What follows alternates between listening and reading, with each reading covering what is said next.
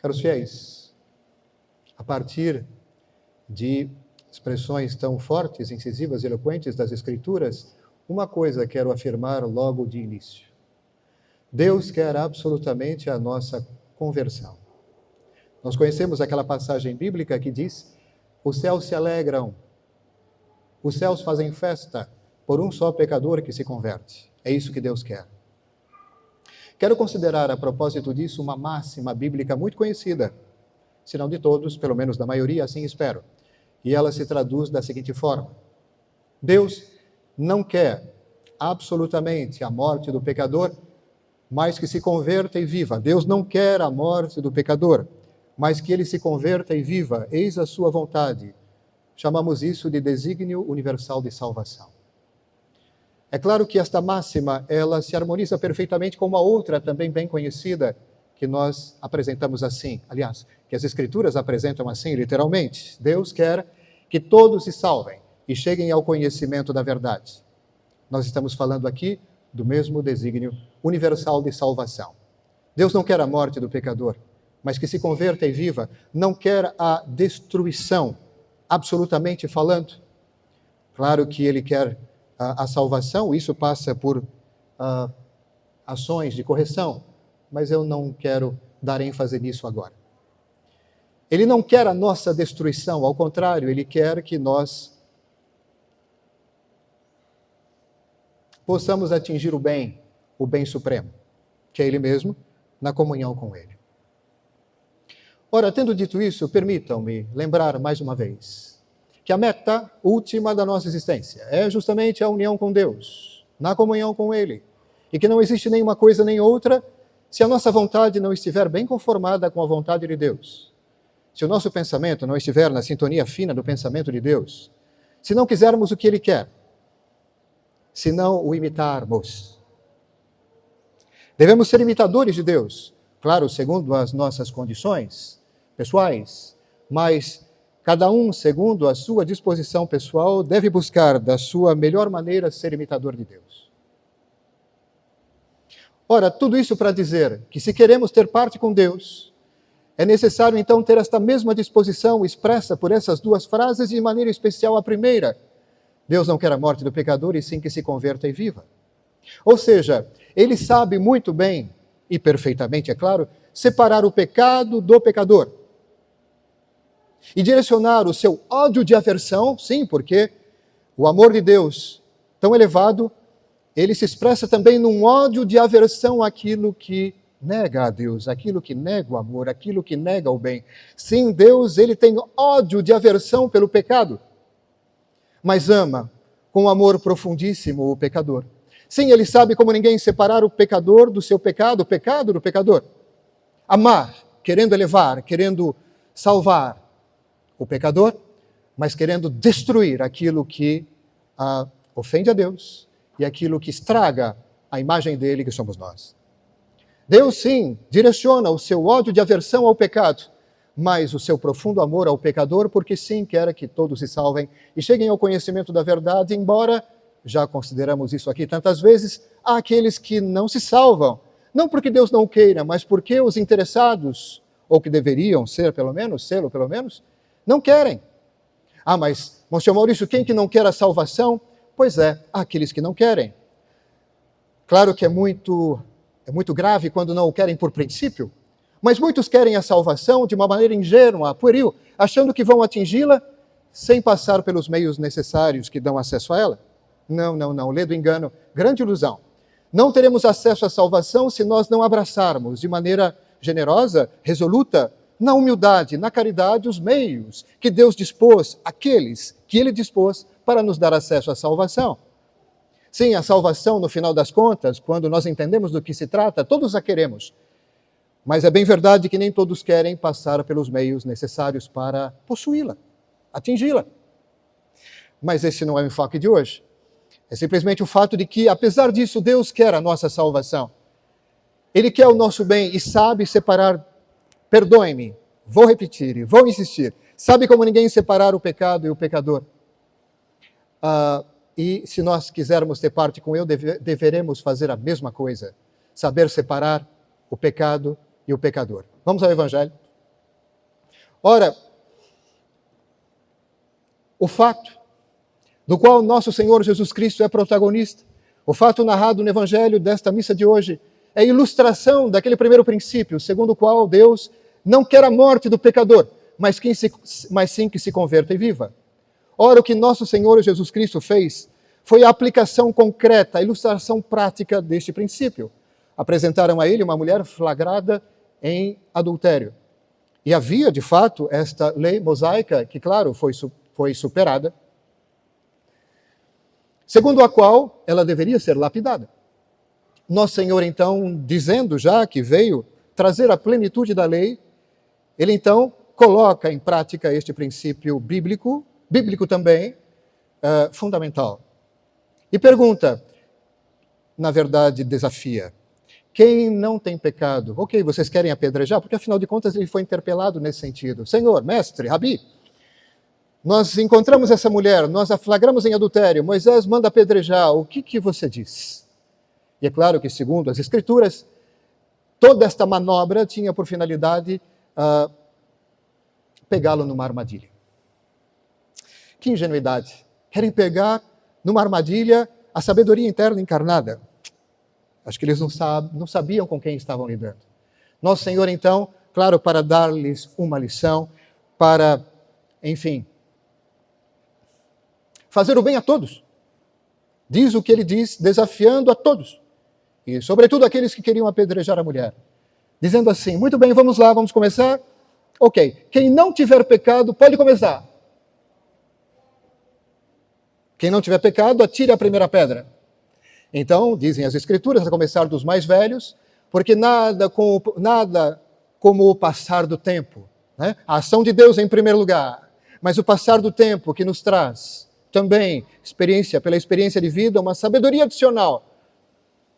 Aos anos transcorridos, como eles nos ajudam, também por experiência, a entender que somos mais frágeis do que nós imaginamos e mais marcados pelo pecado do que nós imaginamos.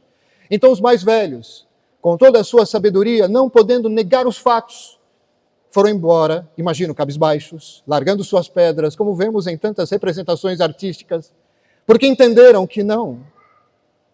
Como nós poderíamos apedrejar uma pecadora sendo nós pecadores? Então, na verdade, se formos justos e se levarmos essa lógica ao seu extremo, nós é que deveríamos também ser apedrejados.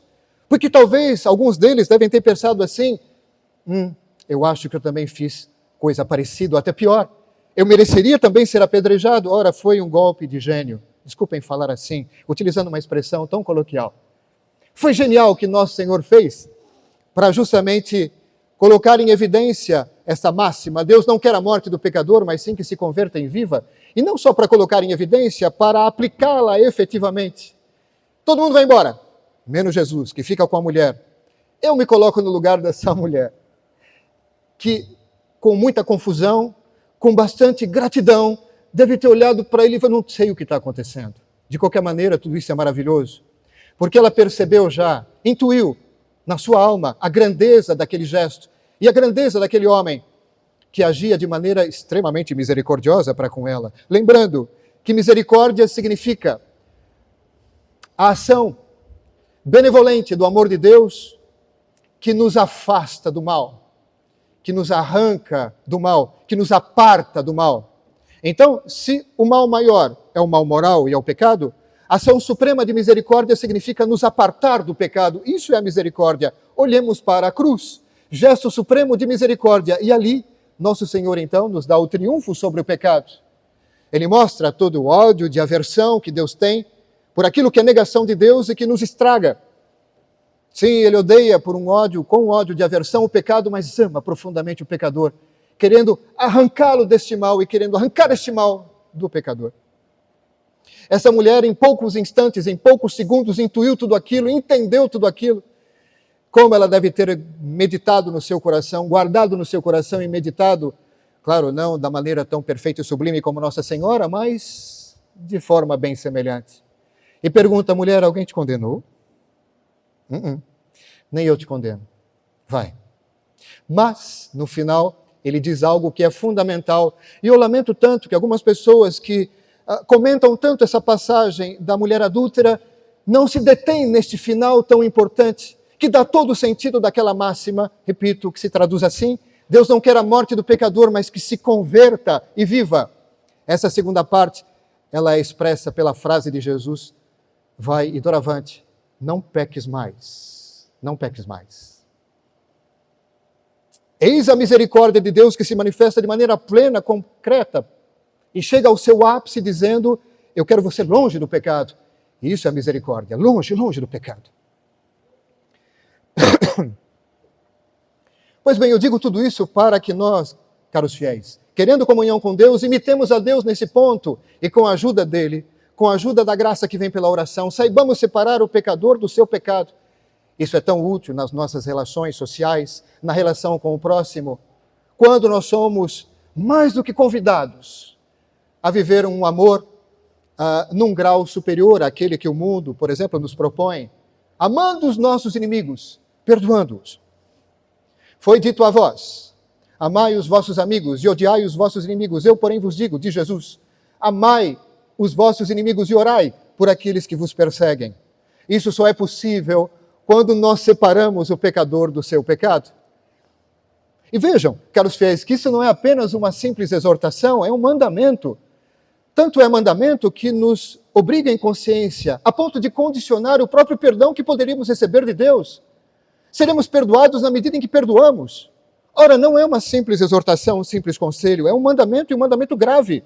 Devemos absolutamente perdoar o próximo, seja ele quem for, por quaisquer coisas ou circunstâncias, sabendo que se desejarmos na humildade que assim seja, ou seja, cumprir o mandamento de Deus, Ele nos dá em abundância tudo aquilo que é necessário para que cumpramos este mandamento, este preceito, do qual depende, se nós entendemos bem, a nossa salvação.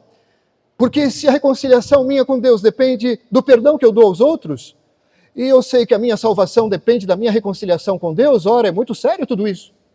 Então, de novo, para favorecer este ato nobre, supremo, necessário de perdão dado, é absolutamente necessário que eu imite a Deus, que eu imite nosso Senhor, separando o pecador do seu pecado, que eu deteste o pecado, mas que eu ame muito aquela pessoa que, no final das contas, se eu olhar bem, um pecador é a vítima, é uma vítima do seu próprio mal. Não estou justificando e não estou dizendo que uma pessoa que peca, ela, pelo fato justamente de ser vítima aqui ou ali, está completamente justificada, não. É necessário assumir as nossas responsabilidades e culpas. O que fizemos com plena deliberação e consciência, de uma maneira moralmente má, ora, é culpa nossa, nos é imputável.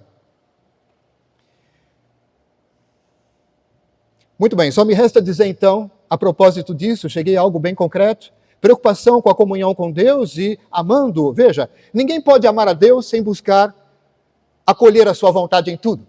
Então já começamos aqui a observar nesse ponto algo concreto com relação ao amor devido a Deus.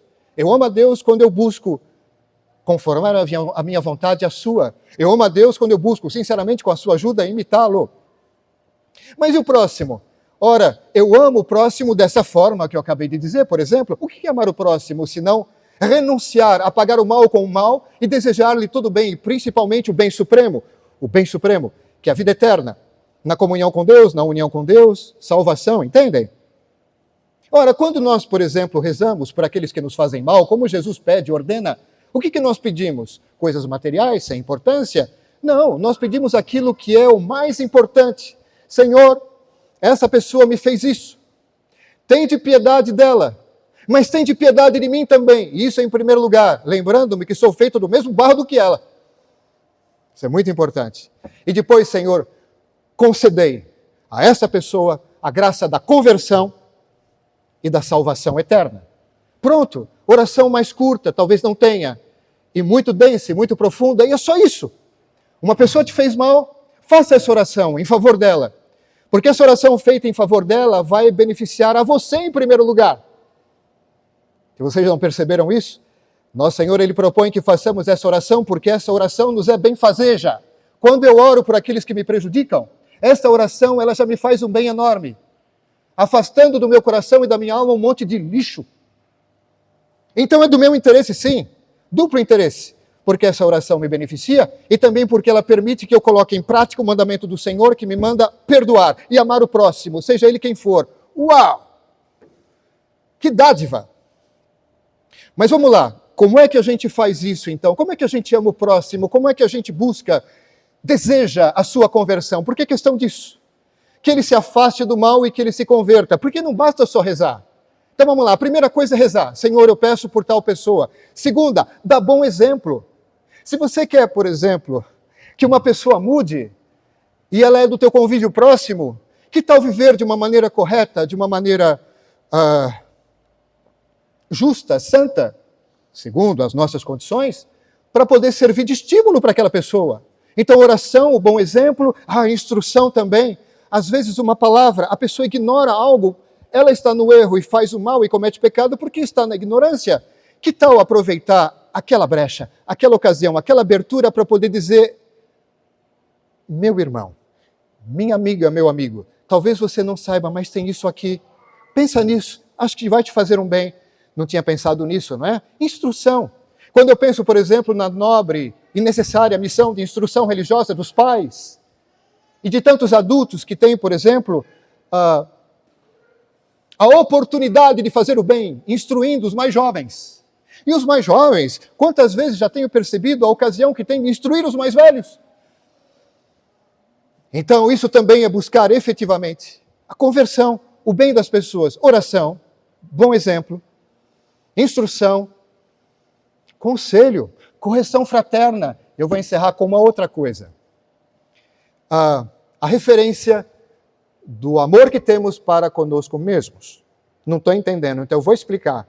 Nosso Senhor disse que a gente tem que amar o próximo como nós devemos amar o próximo, como nós nos amamos a nós mesmos. Ama o teu próximo como a ti mesmo, não é assim?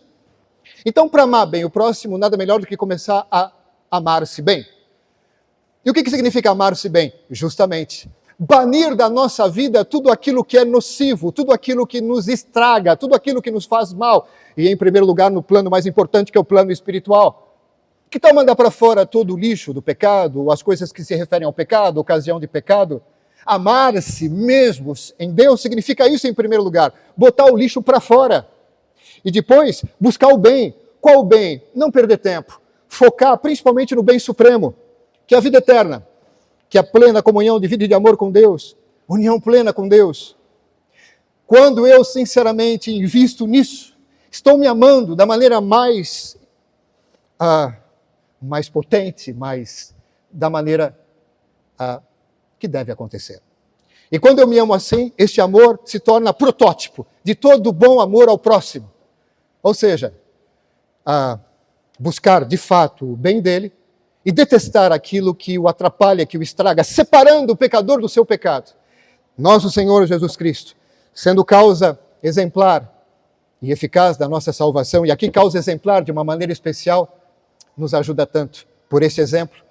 Bendito seja Deus por isso. Louvado seja nosso Senhor Jesus Cristo. Em nome do Pai, do Filho e do Espírito Santo. Amém.